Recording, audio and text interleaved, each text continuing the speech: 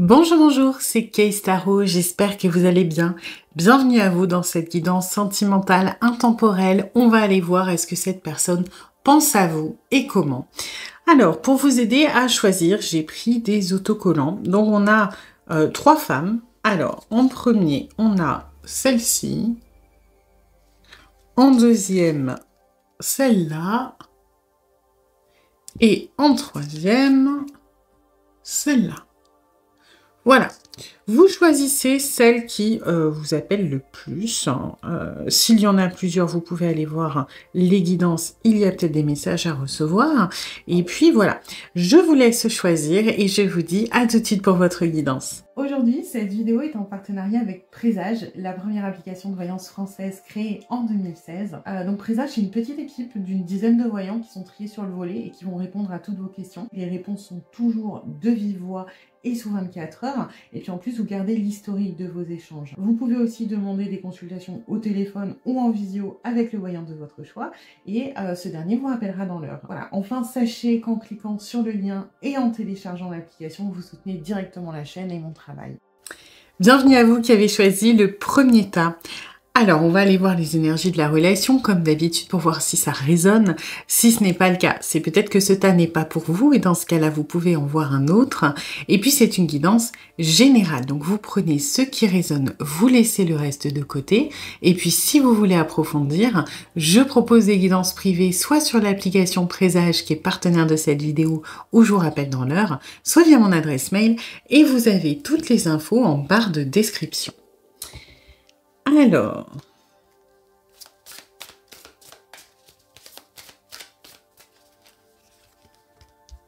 d'accord.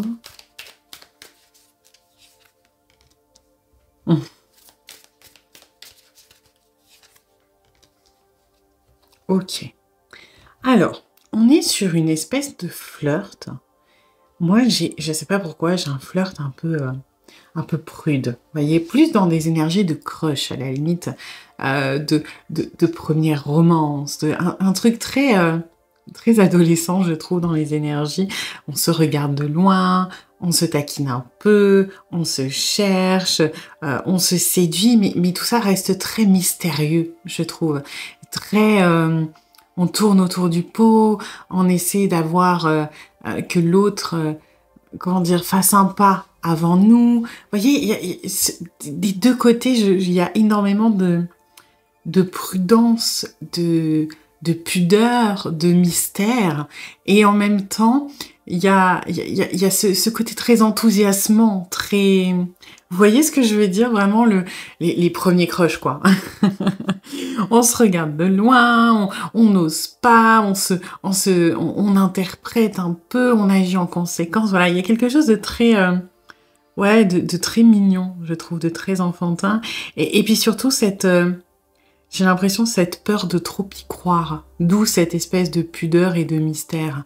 C'est-à-dire voilà, la personne va vous faire un petit pas en avant, limite, moi, je vous vois rougir ou des trucs comme ça, c'est mignon, mais voilà, on y croit, sur le coup, on est content, on se dit waouh, la personne a dit ça, et puis finalement, dès que l'esprit s'en mêle, on va essayer de rationaliser, on va se dire oui mais non, je me fais des films, c'est bon, il ou elle a déjà dit ça à d'autres personnes, et puis je suis sûre que c'était juste comme ça, et ce qui fait que on a un peu peur, quelque part, peut-être de trop y croire et de souffrir ou de se méprendre et peut-être de tomber de haut, et c'est pour ça qu'il y a autant de difficultés, quelque part, à se laisser aller et à ouvrir la porte. Donc, on se tourne autour, voilà, très, très légèrement. Et pour autant, je suis sûre qu'autour de vous, il y a beaucoup de monde qui vous a cramé, hein, mais à des kilomètres.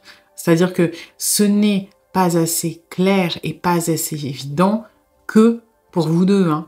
Pour le reste, j'ai l'impression que vous êtes tous les deux dans des intentions qui sont quand même assez...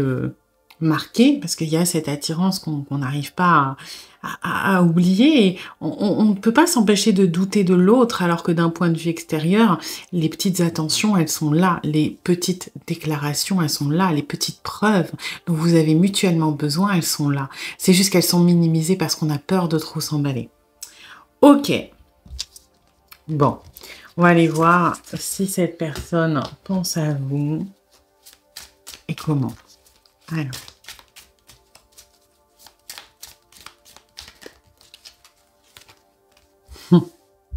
Ouais.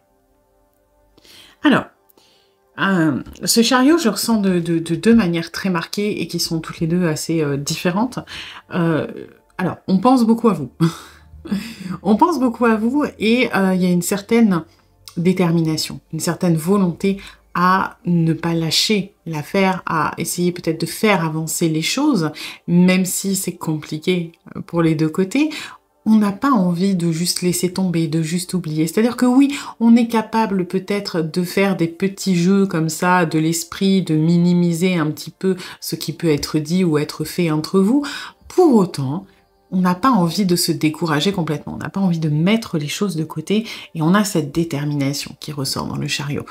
Peut-être une anticipation aussi. Par contre, l'autre énergie qui ressort là et qui est assez, qui est plus nuancée, c'est cette difficulté à faire correspondre et cohabiter ce que notre intuition et notre émotionnel nous soufflent et ce que notre esprit veut nous faire croire, dans l'intention de nous préserver. C'est-à-dire que le chariot est toujours représenté avec deux... bon, alors généralement c'est des chevaux, là c'est des... ou des sphinx, ou peu importe. Ils sont toujours chacun d'une couleur différente. Parce que traditionnellement, l'un des deux représente tout ce qui va être le monde subtil et l'autre tout ce qui va être le monde matériel. Et la difficulté du chariot, dans certains cas, c'est de faire coexister et cohabiter ces deux énergies pour qu'elles aillent dans la même direction. Parce que vous voyez, ils regardent chacun d'un côté différent. C'est-à-dire qu'on est un peu dans l'état de cette personne. Son cœur et son intuition vont peut-être le ou la mener à penser que c'est réciproque, que ça fonctionne bien, que vous êtes intéressé aussi, qu'il y a moyen de faire quelque chose. L'esprit, lui, va être plutôt « Oula, moi je m'emballe pas, moi je préfère me dire que je me fais des films, que ça ne fonctionne pas, comme ça je ne serai pas déçue. » Et là, cette personne, dans ses pensées, a du mal à trouver le juste milieu entre les deux. C'est-à-dire que soit on va essayer de pas trop se poser de questions et on va suivre notre émotionnel en ayant des pensées qui vont être plutôt sentimentales, romantiques, enfin dans l'émotion, hein, c'est-à-dire ça peut être le manque, ça peut être le « ah, on a passé tel bon moment », ça peut être la projection, et puis quand on y pense un peu trop, ça va être « non, on se calme, on garde la tête froide, après tout, ok, il y a eu tout ça qui a été dit de positif, mais à un moment, il ou elle a dit ça, et là j'ai tiqué, et ça c'est pour moi c'est un red flag, ça veut dire que il ou elle est pas intéressé, et hop, on essaie de garder le contrôle et la mesure des choses. » Donc, ça peut être vite, je vais pas dire conflictuel, mais pas évident pour cette personne, et je pense comme vous, de trouver cette justesse dans la réalité de la situation. Donc on est beaucoup là-dedans. Hein. Ok. Bon. Je pense qu'il était nécessaire que vous l'entendiez, mais l'intérêt, il est là. Il est plus que là. On n'est pas dans l'intérêt, on est dans le sentimental, là. Alors, peut-être que parler d'amour, c'est peut-être un petit peu tôt pour certains d'entre vous, mais pas pour tout le monde. Hein. Là, on est sur quelqu'un qui a des pensées réellement romantiques à votre égard, qui a des sentiments. Alors, guidance générale, on ne va pas statuer à quel point, ça dépend de chaque situation, mais vous n'êtes pas dans la friend zone. On est sur quelqu'un qui a un réel intérêt pour vous d'un point de vue sentimental.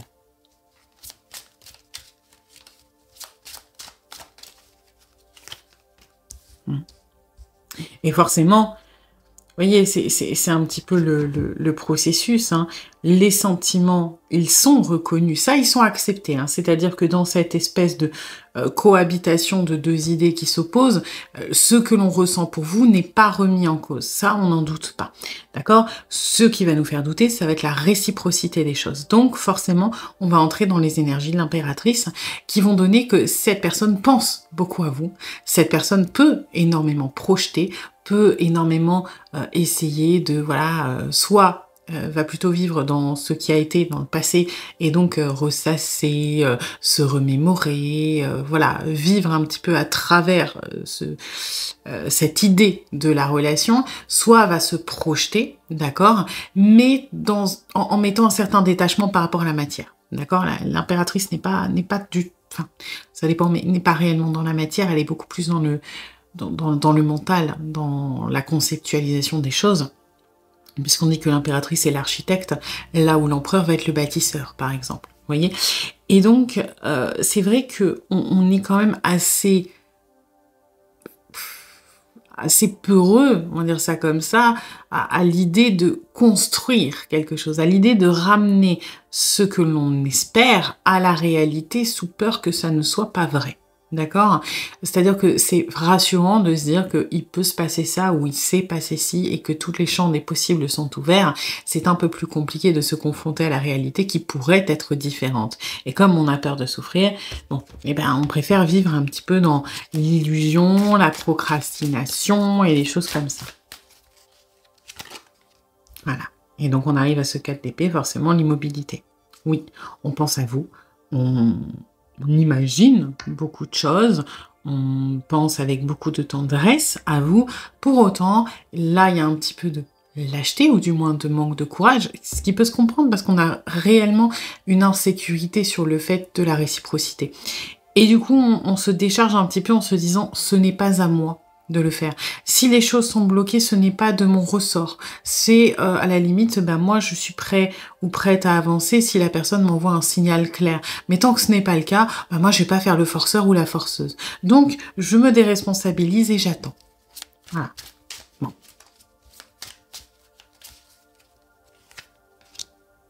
Ouais.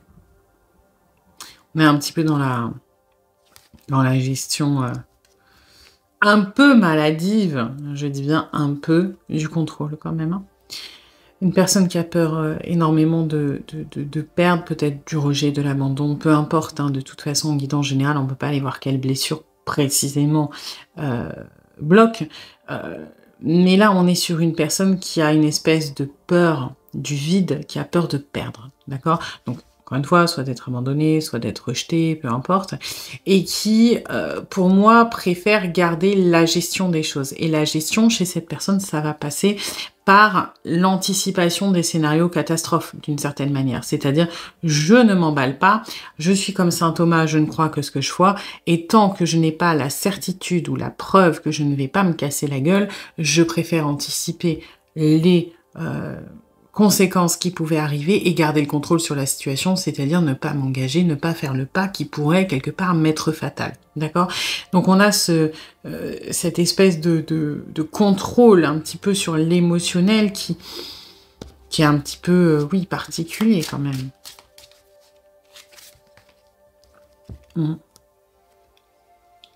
Soit on est heureux, on va dire, avec vous, ou à penser à vous, et on a très très peur que ce bonheur s'en aille, hein, finalement.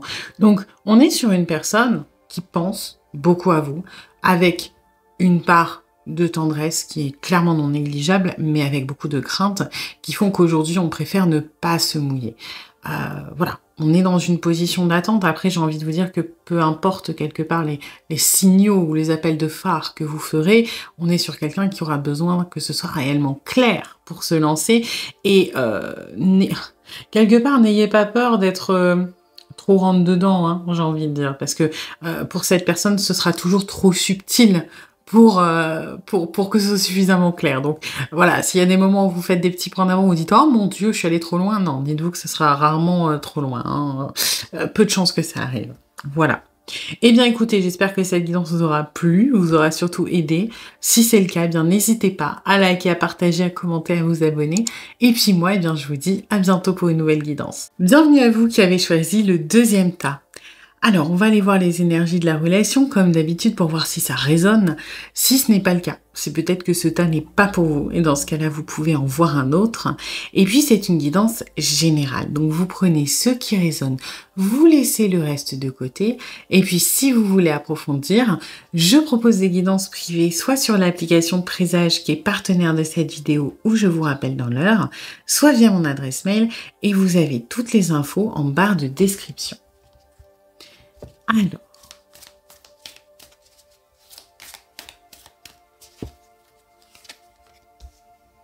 ok.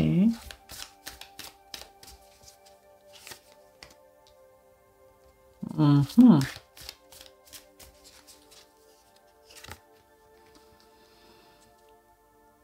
Alors, là, c'est un petit peu compliqué, votre histoire. Alors, pour moi, on est dans une relation où il y a une énergie tierce. Et alors, ce qui est intéressant, c'est que j'ai l'impression que l'énergie tierce est de votre côté. Alors, quand je dis énergie tierce, ça peut être vous êtes en couple. Ça peut être vous avez, encore une fois, un travail prenant, vous avez, je sais pas, les enfants à gérer, vous avez une vie personnelle qui est très remplie et peu de place à dégager pour une relation, d'accord? L'énergie tierce, c'est vrai que généralement, on parle d'une autre personne, mais ça peut être autre chose. Et j'ai l'impression que vous n'arrivez pas à vous décider parce que vous n'avez pas envie de trancher. Ce qui peut se comprendre. Et vous êtes plutôt en train de, moi ce que je ressens, de vouloir garder un petit peu la main sur la situation pour que rien ne vous échappe. Sauf que j'ai l'impression que vous vous mettez une pression de malade, parce que vous voulez tout garder quelque part. Et je vous le souhaite, hein. C'est mieux de ne pas avoir à sacrifier quelque chose pour faire entrer une relation, mais je vous sens, pour le moment ça va, je vous sens quand même solide en gestion des choses, mais en fait ce que j'ai en gros c'est que votre relation va pour le moment, mais c'est comme si je canalisais le calme avant la tempête. Vous voyez? C'est-à-dire que là on est dans des énergies qui sont ok. Franchement, moi, je suis absolument pas dans le jugement. C'est-à-dire que si vous arrivez à tout mener de front, tant mieux pour vous. Et génial. Par contre, ce que je ressens, c'est que c'est sur le point un petit peu de vaciller tout ça. C'est-à-dire que la personne à qui vous pensez, pour le moment, ça lui convient. Mais j'ai l'impression que c'est pour le moment. Vous voyez, c'est une personne qui va vous en demander plus. Et je pense que vous le savez au fond de vous, que pour le moment, c'est un équilibre qui est bon, mais qui est précaire. La personne à qui vous pensez, encore une fois, aujourd'hui, ça lui va. Ça peut changer alors rapidement, plus ou moins selon votre situation, encore une fois en guidant en général. Et vous, j'ai l'impression que c'est pareil. Votre gestion des choses, aujourd'hui, vous avez à peu près la main, j'ai l'impression. Je vous sens assez solide sur... bon, alors après, ça vous demande, visiblement... moi, je sens une structure et une discipline qui sont respect à vous. Mais j'ai l'impression que de percevoir... voilà, ça va bientôt se déliter un petit peu. Ça va commencer à échapper à votre contrôle. Et dans cette notion de contrat, moi j'ai ce truc que le contrat actuel, il est bon, on va dire ça comme ça, pour vous deux, pour les versions de vous d'aujourd'hui. Par contre, c'est comme s'il allait se retrouver complètement obsolète pour les versions de vous deux de demain. Vous voyez ? C'est-à-dire que, on va prendre un exemple un peu bidon, mais que vous compreniez ce que j'essaie de dire. Parce que des fois, j'ai toujours peur de mal m'exprimer, donc je donne plein de métaphores. Si aujourd'hui vous dites, par exemple, moi j'ai décidé d'aller me remettre au sport et d'aller faire du footing tous les matins. C'est très bien. Et du coup, vous dites, allez, je vais faire ça pendant 2 mois. Ok, le contrat d'aujourd'hui vous convient. Ça va avec vos objectifs, ça va avec votre choix, ça va avec votre condition physique, visiblement, donc vous pouvez. Si, une semaine plus tard, pendant votre footing, vous vous faites une grosse entorse à la cheville, le contrat que vous avez passé avec vous-même en disant que vous alliez faire du footing tous les matins pendant 2 mois, est-ce qu'il est encore valable ? voyez ce que je veux dire? Est-ce que il était bon pour la personne que vous étiez il y a une semaine avant? Mais maintenant que vous avez une grosse entorse, que vous boitez, que vous avez des béquilles, est-ce que vous pouvez vraiment continuer cet engagement? Bah, pas vraiment. Et c'est un peu ce que je ressens, que le contrat d'aujourd'hui convient à vos situations, mais c'est comme si l'évolution des choses allait faire que ça n'allait plus fonctionner. Soit parce que la personne va vous en demander plus, soit parce que vous n'allez plus être capable de tout gérer, soit parce qu'il y a un mélange des deux. Ok? Et donc il va falloir renégocier le contrat, réévaluer les choses, peut-être en faire un nouveau, et en tout cas, il sera sujet de concession, d'un côté ou de l'autre, ou des deux. Voilà. Donc, je vous dis juste ça parce que j'ai l'impression de capter le moment présent, mais comme s'il était vraiment sur le point de changer. Et voilà, je vous donne l'information puis que je l'ai. Bon, on va regarder si cette personne pense à vous et comment. Alors, ouais. On est vraiment à l'aube d'un changement. On est en train d'être un petit peu frustré de ce que l'on reçoit. Vous voyez, prendre vraiment une analyse pour... si vous connaissez pas le tarot, par exemple, bah, ce qu'on pourrait interpréter de cette image, c'est que bon, bah, y a un nuage qui offre une coupe à cette personne qui est sous un arbre, et puis la personne n'a pas l'air intéressée parce qu'il y en a déjà 3. Alors, est-ce que le nuage, mettons, régulièrement amène des coupes, cette personne les accepte et les pose, et puis là, on en est au stade où, c'est bon, c'est toujours la même coupe, j'en ai 3, est-ce que vraiment j'en ai besoin? Vous voyez, c'est comme ça que je sens la personne. On pense à vous, on a de l'affection, mais on commence à se lasser du manque d'évolution. Commence à se lasser de peut-être de la simplicité ou du peu que l'on reçoit. Moi, j'ai ce truc parce qu'il y a cet as derrière, hein, on a envie de plus. Vous voyez ce qu'on veut? C'est une coupe remplie, on veut qu'elle déborde, on veut de l'abondance. Et là, on manque de cette abondance. Alors, on n'est pas sur quelqu'un qui a l'impression d'être pris pour un con ou pour une conne. C'est pas du tout ça. C'est plutôt cette espèce de frustration de on en veut plus. Et c'est humain. Quand on aime quelque chose, on en veut toujours plus. Vous voyez? Et donc, on commence à être un petit peu dans cette frustration et dans cette recherche. On est déjà dans cette négociation pour moi quand on pense à vous. Ce que je peux mettre en place, quels moyens je peux trouver pour obtenir plus de l'autre, parce que j'ai besoin de plus. Et parce que moi aussi, j'ai besoin de donner plus. Ouais. Et c'est pour ça que vous voyez, hop, on espère trouver quelque part des compromis, une collaboration. Et j'ai aussi réinsufflé une sorte de créativité, de spontanéité, sortir des choses que l'on connaît. Donc là, c'est un peu une demande qui est en train de se formuler. Ouais, vous voyez, on a 2 as. Hein. Les as, c'est le début des suites. Ça parle toujours quelque part d'enthousiasme. Vous voyez, c'est la première énergie. Par exemple, si on prend l'as de bâton, ça peut être découvrir une nouvelle passion. Donc c'est au moment où on est addict, où on a envie d'aller plus loin. L'as de coupe aussi, c'est l'énergie, par exemple, du coup de cœur. La première fois que vous rencontrez quelqu'un, et que vous avez comme un petit peu un coup de foudre qui fait que vous avez soif d'apprendre à connaître cette personne, de la voir plus, de la côtoyer. Et là, on est là-dedans. Ces 2 énergies, c'est comme si elles étaient un peu réprimées. Cette personne veut plus. Cette personne, a l'envie de plus d'attention, de plus de temps, de plus de... Peu importe. Mais moi, j'ai ce truc un peu de frustration de je veux plus que ça. Je ne peux plus me contenter que de ça. Et même si je comprends le point de vue de l'autre, et là-dessus, il n'y a aucun jugement. Hein, c'est pas quelqu'un d'égoïste qui fait oui, tant pis pour lui ou pour elle. Moi, je sais ce que je veux. Parce qu'il y a énormément de considération pour votre situation. Hein. C'est pour ça qu'on a ce 3 de denier au milieu. C'est-à-dire qu'on veut une collaboration avec vous. On veut trouver des terrains d'entente. Mais on n'est plus en mesure de rester dans cette frustration. On a besoin de plus. Ouais, on veut une transformation de la relation.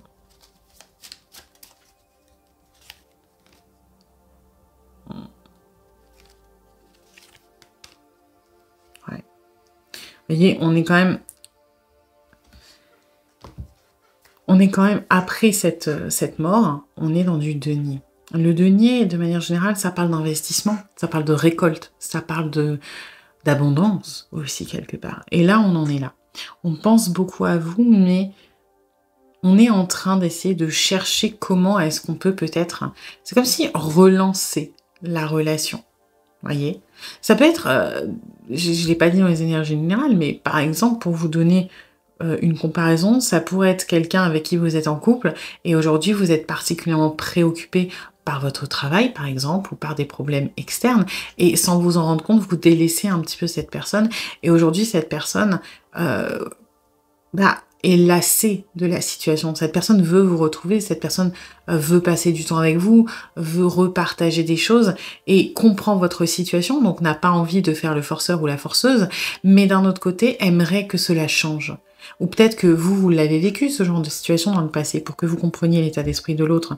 Quand, voilà, le partenaire ou la partenaire est occupé et que on se sent un petit peu mis de côté et qu'on a envie de faire bouger les choses, mais qu'on ne sait pas forcément comment s'y prendre. Pourquoi? Parce qu'on entend le point de vue de l'autre. Et là, c'est un petit peu ça. On a envie de retrouver des choses qui viennent à nous. On a envie aussi d'être capable, et là, c'est un petit peu particulier, de vous rendre. C'est-à-dire que, bah oui, par exemple, si on est dans l'exemple de vous avez un travail qui est prenant, etc., cette personne, à défaut de pouvoir peut-être passer des moments de détente avec vous, aimerait ne serait-ce que pouvoir vous aider à vous soulager. Parce que ça l'intègre au processus, quelque part. Bon, si on est dans une relation où vous êtes en couple avec quelqu'un d'autre et que cette personne, vous avez une relation avec elle, alors je pense pas que cette personne ait envie de vous aider à vous séparer de votre relation, hein, c'est pas à ce point. Mais ne serait-ce que partager peut-être vos tracas, et je comprends que de votre point de vue c'est peut-être pas évident, mais on a envie de participer. C'est surtout ça que l'on déplore. Voilà. Eh bien, écoutez, j'espère que cette guidance vous aura plu, vous aura surtout aidé. Si c'est le cas, eh bien, n'hésitez pas à liker, à partager, à commenter, à vous abonner. Et puis moi, eh bien, je vous dis à bientôt pour une nouvelle guidance. Bienvenue à vous qui avez choisi le 3e tas. Alors, on va aller voir les énergies de la relation, comme d'habitude, pour voir si ça résonne. Si ce n'est pas le cas, c'est peut-être que ce tas n'est pas pour vous. Et dans ce cas-là, vous pouvez en voir un autre. Et puis, c'est une guidance générale. Donc, vous prenez ce qui résonne, vous laissez le reste de côté. Et puis, si vous voulez approfondir, je propose des guidances privées, soit sur l'application Présage, qui est partenaire de cette vidéo, où je vous rappelle dans l'heure, soit via mon adresse mail. Et vous avez toutes les infos en barre de description. Alors,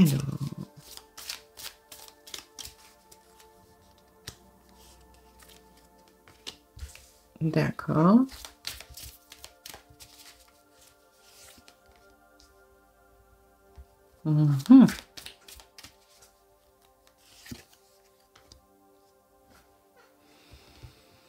Alors, là, on est un petit peu dans le je ne me ferai pas avoir. De votre point de vue. Alors, pour moi, on est sur une personne à qui vous pensez qui est relativement libre. Dans le sens, une personne qui, en apparence, ne se prend pas la tête. Une personne qui peut avoir une réputation, peut-être, de quelqu'un de séducteur ou une personne séductrice, hein, peu importe, et qui est un petit peu, enfin même beaucoup, dans, on va dire, l'instant présent, le lâcher-prise avec vous. Et moi, ce que j'ai, c'est que... Alors, il n'y a peut-être pas la réputation de séducteur ou séductrice, d'accord? Ce que je veux vous faire comprendre, c'est que, pour moi, vous êtes un petit peu perdu, un petit peu frustré, peut-être même sur la défensive, parce que vous avez peur que l'on se moque de vous. Vous avez peur que cette personne joue avec vous. Donc, soit, encore une fois, un peu cliché, mais vous êtes face à une personne très séductrice et vous n'avez pas envie de trop y croire parce que vous n'avez pas envie d'être le dindon de la farce, mais ça peut être aussi une personne dont vous ne comprenez pas la manière de fonctionner. C'est-à-dire une personne qui vous envoie un message, vous êtes content ou contente, vous répondez, il y a une bonne discussion qui se met en place, et puis tout à coup, la personne disparaît pendant 4 jours. Et la personne se repointe, et puis là, donc vous, voilà, vous dites, ok, je mets un peu de distance, et vous voyez pas l'autre réagir. Et par exemple, une fois que vous allez essayer de vous réinvestir pour savoir ce qui se passe, hop, la personne redisparaît. Les comportements de cette personne, en fait, sont pour moi tellement spontanés et tellement peut-être éloignés de la relation, dans le sens où la relation que vous avez avec cette personne, ou du moins les moments, les échanges, n'ont pas d'incidence directe sur son comportement. Et c'est ça qui vous perturbe. C'est-à-dire, on reprend l'exemple d'une personne qui peut être un peu séducteur ou séductrice. Peu importe, vous n'avez pas confiance de base. Cette personne va, mettons, passer toute une soirée entière avec vous. Vous imaginez, je sais pas, vous avez rendez-vous avec des amis, ou c'est la fiesta, peu importe, et cette personne va passer l'intégralité de la soirée avec vous. Donc vous commencez à vous dire, ok, donc là on est dans un haut, la personne vient vers moi, je commence à baisser la garde, je commence à me dire que en fait il ou elle est peut-être sincère, puis moi ça me fait plaisir. Et donc, vous, ce que vous vous dites, c'est que, suivant ce qui vient de se passer, théoriquement, la prochaine soirée, ça devrait être un petit peu dans les mêmes ambiances. Ok, peut-être pas toute la soirée, mais vous notez un rapprochement à cet instant. Donc, la relation est censée évoluer suite à ce rapprochement. C'est basique et c'est évident pour tout le monde. Sauf que, 2 jours après, il y a une soirée, vous n'allez pas comprendre pourquoi cette personne ne va pas vous calculer. Du tout. Voilà. Cette personne va vous dire bonjour et puis voilà, vous allez essayer d'engager la conversation, il ou elle va partir parler avec d'autres personnes, donc vous allez vous dire non mais cette personne se fout de ma gueule, on peut pas me parler toute la soirée et puis après se barrer, on peut pas m'appeler tous les jours pendant une semaine, 1 heure par jour pour me raconter sa vie et puis d'un coup disparaître, ou alors me donner l'impression que je suis important ou importante et puis ensuite me donner l'impression que je n'existe pas. Vous voyez, pour moi en fait c'est parce que les comportements de cette personne ne sont pas liés à votre relation. C'est lié à des facteurs extérieurs ou c'est lié à des... c'est quelqu'un d'assez spontané, en fait. C'est quelqu'un qui va pas planifier ou se poser des questions, donc qui va juste agir comme il ou elle le sent à l'instant T, et ça peut donner des trucs complètement incohérents de votre côté. Et donc aujourd'hui, vous avez clairement peur qu'on se foute de votre gueule. Parce que les moments bons, ils existent, donc vous pouvez pas vous dire que cette personne, c'est juste, on va dire, un connard ou une connasse. Parce que vous croyez sincèrement les moments les bons moments. Vous voyez la sincérité de cette personne, mais d'un autre côté, vous ne pouvez pas expliquer autrement les moments, on va dire, de distance qu'un désintérêt ou du foutage de gueule. Donc vous êtes un peu au milieu, et le pire, c'est qu'en plus vous êtes ultra réceptif ou réceptive à cette personne. C'est que vous le vouliez ou non, même quand vous essayez de mettre de la distance, je vais pas dire que vous craquez, mais voilà, il n'y a pas...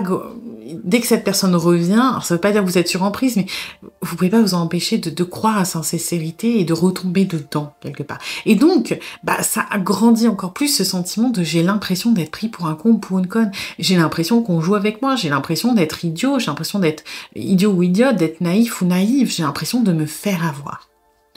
Voilà, en gros. C'était compliqué.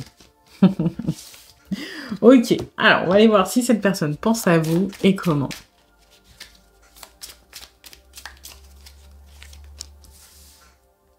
Bon. Et vous voyez, là, c'est ce que j'avais, c'est qu'on donne l'impression d'être dans le lâcher-prise et l'instant T. La réalité, c'est qu'on est énormément dans le contrôle. Et on pense à vous, mais j'ai l'impression qu'on reste énormément sur la défensive. Sur la défensive de certaines choses qui sont réelles, sur la défensive d'autres qui le sont beaucoup moins. Ça peut être « je me protège parce que j'ai peur de m'attacher », mais ça peut être aussi « je me protège », et moi pour certains d'entre vous, parce que j'ai peur d'aller trop loin, de le ou la blesser, de lui donner peut-être de le ou la mettre mal à l'aise. Vous voyez, j'ai des raisons assez diverses et variées qui font que les moments... Alors, je dis pas que tous les moments de recul sont des moments de full contrôle, d'accord? Il y a aussi d'autres choses, mais j'ai l'impression qu'on est loin d'être aussi spontané et naturel avec vous qu'on veut bien le laisser paraître. Vous voyez? On est dans des énergies qui sont de contrôle, de raison, de... On tranche aussi, hein, quelque part avec ce roi d'épée. Voilà. Les raisons. Donc, est-ce qu'on pense à vous? Oui. Est-ce qu'on est capable de lâcher prise? Pas du tout. On est face à quelqu'un qui est particulièrement anxieux. On est face à une personne qui est stressée. Alors, et encore une fois, là, le problème, c'est que c'est une guidance générale, donc je vous donne plusieurs exemples, vous prenez ce qui résonne le plus pour vous, d'accord?